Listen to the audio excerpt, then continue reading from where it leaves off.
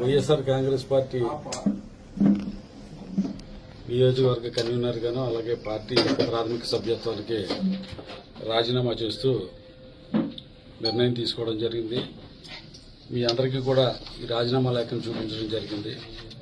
దీన్ని జగన్మోహన్ రెడ్డి గారికి పంపించి నా రాజీనామాని ఆమోదించవలసిందిగా కోరుతూ ఆయనకి ఈ లేఖను పంపించడం జరుగుతుంది. ముఖ్యంగా నా వ్యక్తిగత కారణాలతోటి గతంలో కిందట నెలలో ఆయన కలవడం జరిగింది. కలిసినప్పుడు ఆ రోజు ఆయన్ని మే నెల దాకా మరి పార్టీ కార్యక్రమాలు అయ్యి అని చెప్తున్నారు. మే నెల దాకా సమయం అని చెప్పి అడగడం జరిగింది. ఆ రోజే మీ అందరికీ తెలిసినదే ఆయన కలుస్తున్న రోజున ఆయన దగ్గర ఉండగానే రైడ్ అనేది ఇన్కమ్ ట్యాక్స్ రైడ్ జరుగుతుంది. ఆ టైంలో కూడా ఏదైనా చిన్న వాటి ధైర్యవచనాలు ఏమన్నా అవుతాయేమో అనుకున్నాను. అటువంటిది ఏమి లేకుండా పోరాటం చేయాలి, యుద్ధం చేయాలి, మళ్ళీ మనం అధికారంలోకి రావాలి అని చెప్పడం నాకు చాలా ఆశ్చర్యం కలిగించింది. పార్టీ నాయకులు కార్యకర్తలు ఎటువంటి ఇబ్బందుల్లో ఉన్నారు ఏంటనేది ఆ క్షణంలో ఆయన నాయకులు కార్యకర్తల పట్ల ఒక సానుకూలమైన దృక్పథంతో ఆలోచిస్తున్నారనేది నాకు అనిపించలా. ఇప్పుడు కూడా మళ్ళీ ఆయన్ని సీఎం సీట్లో కూర్చోబెట్టాలి, దానికోసం మేము అందరం కూడా పోరాటం చేయాలని చెప్పి గతంలో ఆయన ఇంటి దగ్గరికి వచ్చి పార్టీలో జాయిన్ చేసుకున్నప్పుడు ప్రజల సమక్షంలో, మీడియా సమక్షంలో నన్ను గుండెల్లో పెట్టుకుని చూసుకుంటానని చెప్పడం జరిగింది. నిజంగా ఆయనకి నా మీద అభిమానం ఉంటే ఉండొచ్చు, కానీ ఆయన పరిపాలన పూర్తిగా రాష్ట్రాన్ని 4 భాగాలుగా విభజించి నలుగురికి పెత్తనం అప్పచెప్పడం, ఆ నలుగురికి పెత్తనం అప్పచెప్పడంలో ముఖ్యంగా మన ప్రాంతానికి సంబంధించి వైవి సుబ్బారెడ్డి గారికి 4 సంవత్సరాల పాటు ఆయన పెత్తనంలోనే ఉంది. వాళ్ళు కొంతమంది చేతుల్లో కీలుబొమ్మల కింద ఉండి నాకు పార్టీలో ఎటువంటి గౌరవమైన స్థానం కల్పించారు ఏంటనేది, ఎవరి మాటలని మరి ఏ రకంగా నాకు ఆ సముచితమైన స్థానాన్ని కల్పించారనేది మీడియా మిత్రులందరికీ ప్రజలకు కూడా తెలుసు. అయినప్పటికీ కూడా జగన్మోహన్ రెడ్డి గారి మీద అభిమానంతో, రాజశేఖర రెడ్డి గారి మీద అభిమానంతో మేము కంటిన్యూగా పార్టీ కోసం పోరాడుతూనే ఉన్నాం. 2014లో ఓడిపోయినప్పటికీ కూడా పార్టీ ఇచ్చిన అనేక కార్యక్రమాలని మరి పోరాటం చేస్తూ పార్టీని అధికారంలోకి తీసుకురావడానికి కృషి చేశాం. ముఖ్యంగా అప్పుడు కూడా మేము అనుకునేవాళ్ళం, చెప్పేవాళ్ళం, పబ్లిక్లో మామూలుగా మాట్లాడేటప్పుడు అనేవాళ్ళం, పార్టీ నాయకులు కార్యకర్తల పరిస్థితి ఎలా ఉందంటే అల్లూరి సీతారామరాజు సినిమాలో బ్రిటిష్ వాళ్ళు గిరిజనుల్ని బండలు మోయించేటప్పుడు కనీసం కొరడాలతో ఎలా కొడతారో అలాగా పార్టీ నాయకుల్ని కార్యకర్తలను ఒక బానిసలాగా ఆ ఇచ్చే కార్యక్రమాలు వాళ్ళకి సాధ్యం కాదా, ఎంత కష్టతరమైంది ఏంటి అనేది ఆలోచించకుండా కార్యక్రమాలు పెట్టినప్పుడు దాంతో పోల్చుకునేవాళ్ళు. ఆయన కూడా రాజశేఖర రెడ్డి గారి, జగన్మోహన్ రెడ్డి గారి మీద ఉన్న అభిమానంతో అన్నీ కూడా భరించి మేము పోరాటం చేశాం. 14లో ఓటమి పాలైనప్పటికీ కూడా 19లో ఎన్నికలు కూడా సమాయత్తమై 14లో మున్సిపల్ ఎలక్షన్లు, జడ్పీడీసీ ఎలక్షన్లలో, పంచాయతీ ఎన్నికలు, ఇవన్నిటిని కూడా పోరాటం చేయడం జరిగింది. అనేక ప్రజా సమస్యల మీద పోరాటం చేయడం జరిగింది. ప్రత్యేక హోదా మీద పోరాటం చేయడం జరిగింది. పార్టీ ఏ పిలుపునిస్తే ఆ పిలుపుకి స్పందించి పోరాటం చేయడం జరిగింది. అలాగే 19 ఎన్నికల్లో పోటీ చేయడం జరిగింది. ముఖ్యంగా రాష్ట్రంలో అత్యంత ప్రజాదరణ కలిగిన నాయకుడు పవన్ కళ్యాణ్ గారి భీమవరంలో సడన్ గా, అది కూడా ముందు నుంచి కాకుండా సడన్ గా ఆయన 23వ తారీఖు అనుకుంటే ఎన్నికలకు ముందు 11వ తారీఖు ఏప్రిల్ 11 అయితే మార్చి 23వ తారీఖు అనుకుంటా ఆయన ప్రకటించడం జరిగింది. అయినా కూడా పవన్ కళ్యాణ్ అంటే నాయకుడు, ప్రజాదరణ ఉన్న వ్యక్తి పోటీ చేసినప్పటికీ కూడా పోరాటం ఆపలా, భయపడలా, వెనక్కి తిరిగి చూడలా.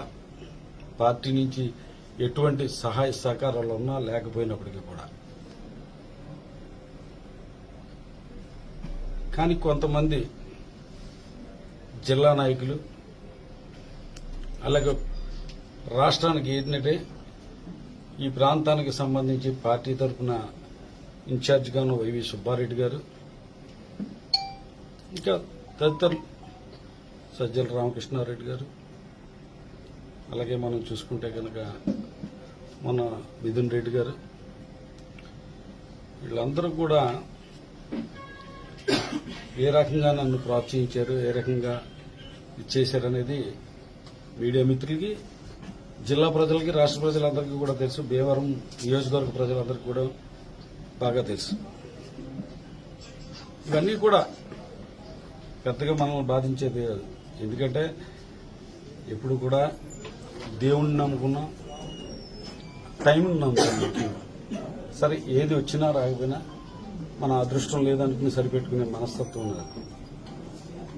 కానీ ఇప్పుడు జిల్లాలో జరుగుతున్న రాజకీయాలు ఇవన్నీ చూస్తుంటే కనుక, మొన్న కలిసినప్పుడు మే నెల దాకా సమయం ఇమ్మన్నప్పుడు కూడా కాదు వెంటనే కార్యక్రమాల్లోకి దిగాలని చెప్పడం, విధంగా కూడా ఒక పార్టీని ఇంత భారీ మెజార్టీతోటి ఓటమిని గెలిపించారు ప్రజలు. జగన్మోహన్ రెడ్డి గారు కూడా చెప్పారు, చంద్రబాబు నాయుడు గారు ఏదైతే సూపర్ 6 చెప్పారో దీన్ని అమలు చేయలేరు.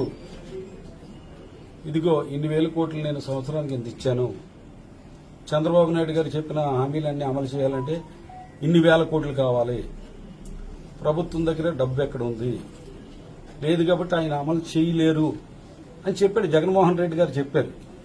నిజంగా జగన్మోహన్ రెడ్డి గారి మాటను ప్రజలు నమ్మారు. చంద్రబాబు నాయుడు గారు చెయ్యపోయినా పర్లేదని చెప్పి ఆయన ఓటేశారు. ఈ రోజున కూడా ఏమంటున్నారంటే, జగన్మోహన్ రెడ్డి గారే చెప్పారు కదా సూపర్ 6 అమలు చేయలేరని చెప్పి. మరి ఇప్పుడు అమలు చేయమని అడుగుతూ ఎలా అమలు చేయగలరు? జగన్మోహన్ రెడ్డి గారు దీనికి చెప్పాలి ప్రజలకు. ఇంత బడ్జెట్ అవుతుంది, ఇన్ని వేల కోట్లు కావాలి, చంద్రబాబు నాయుడు గారు అబద్దపు హామీలు ఇస్తున్నారు, ఇది అమలు చేయలేరని చెప్పారు కదా. ఇప్పుడు మరి చేయలేరు అని చెప్పిన ఆయన ఇప్పుడు అమలు చేయమని చెప్పి ఎలా అడుగుతున్నారో అసలు నాకైతే అర్థం కావడం. దాని మీద ఆందోళన చేయమంటాం, దాని మీద ఉద్యమాలు చేయమంటాం. ఇది ప్రజలకు అర్థమయ్యేటట్టు చెప్పాలి. సరే, పార్టీకి సంబంధించిన అనేక మంది నాయకులు, కార్యకర్తలు సచివాలయాలు కట్టారు, అలాగే ఆర్బీకేలు కట్టారు, అనేక నిర్మాణ పనుల్లో రోడ్లు ఇటువంటి వాటిల్లో కూడా ఎన్నో అభివృద్ధి కార్యక్రమాల్లో తామంతా కూడా అప్పులు చేసి అవన్నీ కూడా ఖర్చు పెట్టి ప్రభుత్వానికి, జగన్మోహన్ రెడ్డి గారికి మంచి పేరు రావాలని చెప్పి ఎన్నో కార్యక్రమాలు చేస్తే వాళ్ళకి బిల్లులు సరిగ్గా చెల్లించలేకపోయారు. కార్యకర్తలకు విలువ లేదు. వాలంటీర్ వ్యవస్థ పెట్టిన తర్వాత పంచాయతీ ప్రెసిడెంట్లకు విలువ లేదు, నాయకులకు విలువ లేదు. సరే, ఏదో డబ్బులు ఏదేమో ఆర్థికంగా ఇబ్బందుల్లో ఉన్నారేమో ఇవ్వలేకపోయారు అనుకున్నాం. కానీ ఆశ్చర్యకరం ఏంటంటే, చంద్రబాబు నాయుడు గారికి, కూటమి ప్రభుత్వానికి 7,000 కోట్ల రూపాయల నిధులు అక్కడ అట్టుపెట్టి వెళ్ళాము మేము. 7,000 కోట్ల రూపాయలు నిధులు అక్కడ ఉంచి మేము వెళ్ళాం. ఇంకా ఈ ప్రభుత్వం ఎందుకు అమలు చేయడం లేదని అడుగుతున్నారు ఆయన. సరే, 7,000 కోట్ల రూపాయలు నిధులు అక్కడ పెట్టుకుని మన ప్రభుత్వ కార్యక్రమాలు చేసిన అభివృద్ధి కార్యక్రమాలకు సంబంధించి అనేక మంది కాంట్రాక్టర్లకు కానీ, రైతులకు కానీ, వీళ్ళందరికీ కూడా, అలాగే ఫీజు రియంబర్స్మెంట్కి సంబంధించి వీళ్ళందరికీ డబ్బులు చెల్లించకుండా మనం ఎందుకున్నాం అనేది ఇవాళ బయటకు వెళ్ళినప్పుడు అడుగుతూ ఉంటే కనుక సమాధానం చెప్పలేకపోతున్నాం. సరే, ఏదైనా కూడా జగన్మోహన్ రెడ్డి గారికి కోసం, రాజశేఖర రెడ్డి గారి కోసం ఇలా పోరాటం కొనసాగిస్తూ వెళ్దామంటే కనీసం మే నెల దాకా కూడా సమయం ఇవ్వకుండా ఏదైతే కూటమి ప్రభుత్వానికి ప్రజలు అఖండమైన మెజార్టీ ఇస్తే సంవత్సర కాలం కూడా మనం వేచి ఉండకుండా వెంటనే ఈ ప్రభుత్వం ఇవన్నీ కూడా సూపర్ 6 అమలు చేయలేరు అని చెప్పిన వ్యక్తి అమలు చేయమని అడగడం ఎంతవరకు న్యాయమో నాకు అర్థం కావడంలా. అంతేకాదు, రాజకీయంగా ప్రజలందరికీ తెలుసు, అలాగే భీమవరం నియోజకవర్గ ప్రజలకి అందరికీ కూడా ఏంటంటే ఏదో గ్రంథి శ్రీనివాస అనే వ్యక్తి ప్రజలు గెలిపించారు. నేను గెలిచానంటే నన్ను ప్రజలు గెలిపించారు. నేను ఎవరినో ఓడించానని నేను ఎప్పుడు కూడా ఫీల్ అవ్వాలా. 2019లో కూడా గెలిచినప్పుడు నేను గెలిచానన్న ఫీలింగ్ లేదు. ఎందుకంటే 2014 ఎన్నికల్లో నాకు సుమారు 79,000 చిల్లర, అంటే 80,000 ఓట్లు వచ్చింది. కానీ 2019లో ఎన్ని వచ్చినాయి అంటే 70,000 ఓట్లు వచ్చినాయి. ఓడిపోయినప్పుడు కన్నా నెగ్గినప్పుడు 10,000 ఓట్లు తగ్గినాయి.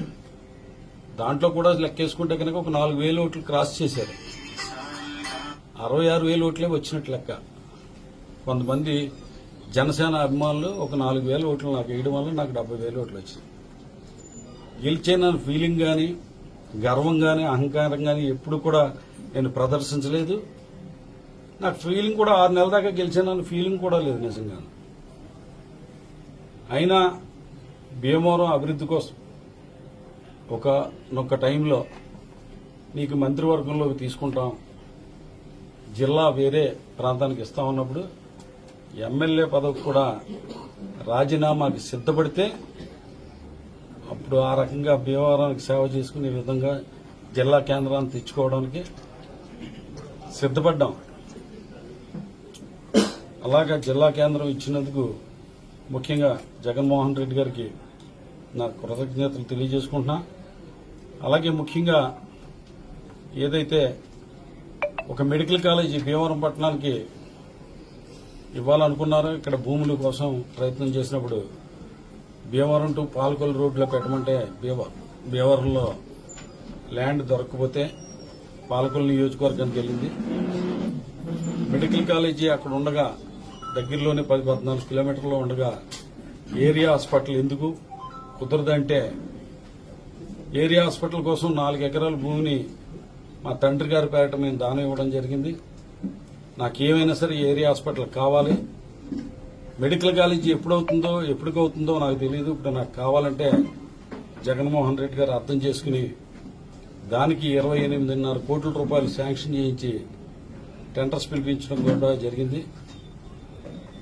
ఎప్పుడో రాజశేఖర రెడ్డి గారు ఉన్నప్పుడు మా భీమవరానికి ఏరియా హాస్పిటల్ కావాలని అడగడం జరిగింది. దాన్ని మరి నెరవేర్చినందుకు జగన్మోహన్ రెడ్డి గారికి ఈ సందర్భంగా నా కృతజ్ఞతలు తెలియజేసుకుంటున్నా.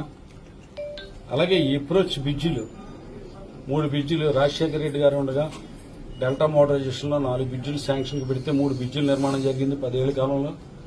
దానికి అప్రోచ్లు వేయలేకపోయారు.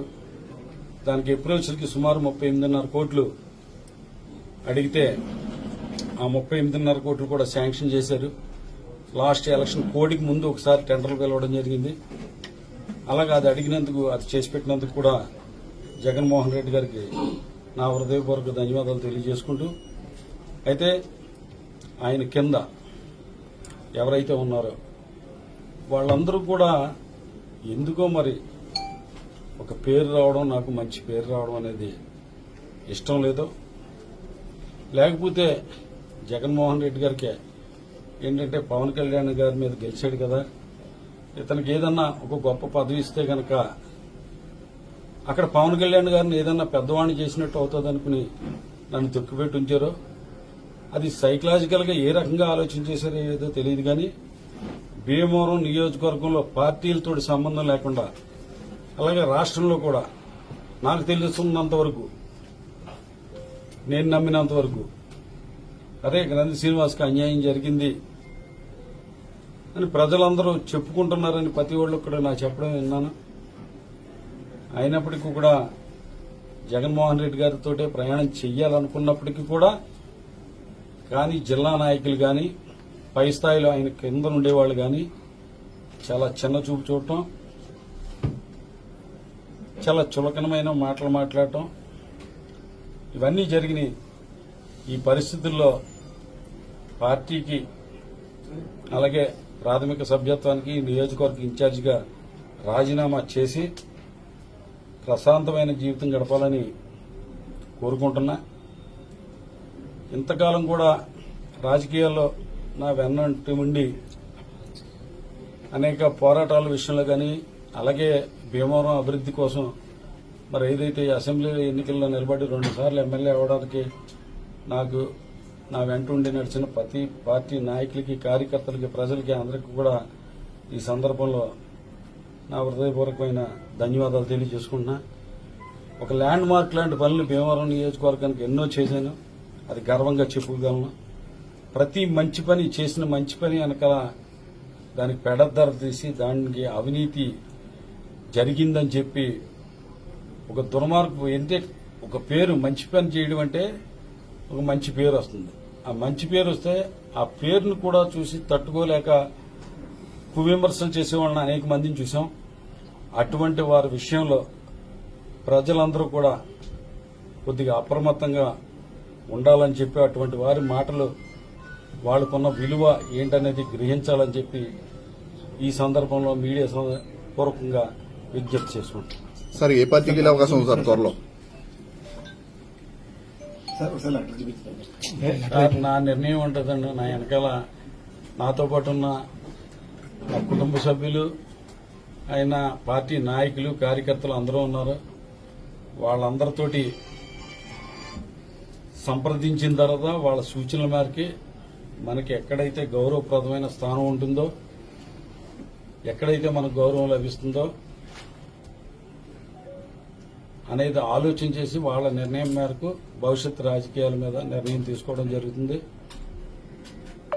ముఖ్యంగా ఇప్పుడైతే కనుక చాలా మంది ఆ పార్టీ ఈ పార్టీ లేకపోతే ఇది ఊహాగానాలు విని వద్దు. గతంలో ఒక పార్టీకి సంబంధించిన ఒక పెద్ద నాయకులు మొన్న 24 ఎన్నికలకు ముందు కూడా ఒక సంవత్సరంన్నర ముందు మరి పార్టీలోకి ఆహ్వానించినప్పటికీ కూడా మేము జగన్మోహన్ రెడ్డి గారు వెంట నడవాలని చెప్పి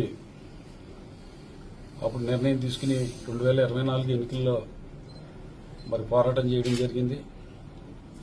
అయితే రాజకీయాల్లో ఉన్నవాళ్ళు ఏంటంటే ఏం కోరుకుంటానంటే నా వరకు నేను చెప్పేదంటే అందరి ప్రేమ అభిమానాలు కావాలి, ప్రజలందరూ నన్నే ప్రేమించాలి, ప్రజలందరూ కూడా నన్నే అభిమానించాలి అని ఒక చిన్న స్వార్థం అనేది ఉంటుంది. కానీ ఇప్పుడు పరిస్థితులు చూస్తుంటే కనుక ఏదైతే ఈ రకంగా ప్రయాణం ఒక పార్టీలో ప్రయాణం చేయడం వల్ల అనేక మంది ప్రేమాభిమానాలకి దూరం అయిపోతున్నాం, అనేక మందికి శత్రువుగా మారిపోతున్నాం అంటే మెయిన్ ప్రధానమైన కారణం అదే. ఎందుకంటే చాలా మంది ఇంచుమించు అన్ని వర్గాలకు సంబంధించిన ప్రజల ఆదరాభిమానాలు కావాలంటే కనుక, ఆప్యాయతలు కావాలంటే కనుక ఈ పార్టీలో కొనసాగడం అనేది కరెక్ట్ కాదని, ఈ పార్టీలో మనకి జరుగుతున్న అన్యాయాలు అవన్నీ ఒక పక్కన అయితే ఇంకొక పక్క ఈ కారణం కూడా ఇవాళ పార్టీకి రాజీనామా చేయడానికి కారణమైందని చెప్పి తెలియజేసుకుంటూ, ముఖ్యంగా ప్రజాభిప్రాయాలు, పార్టీ నాయకులు, కార్యకర్తలు, నా శ్రేయోభిలాషుల సూచనల మేరకు అలాగే మీడియా మిత్రుల సూచనల మేరకు కూడా భవిష్యత్ కార్యాచరణ ఉంటుందని చెప్పి తెలియజేసుకుంటాం.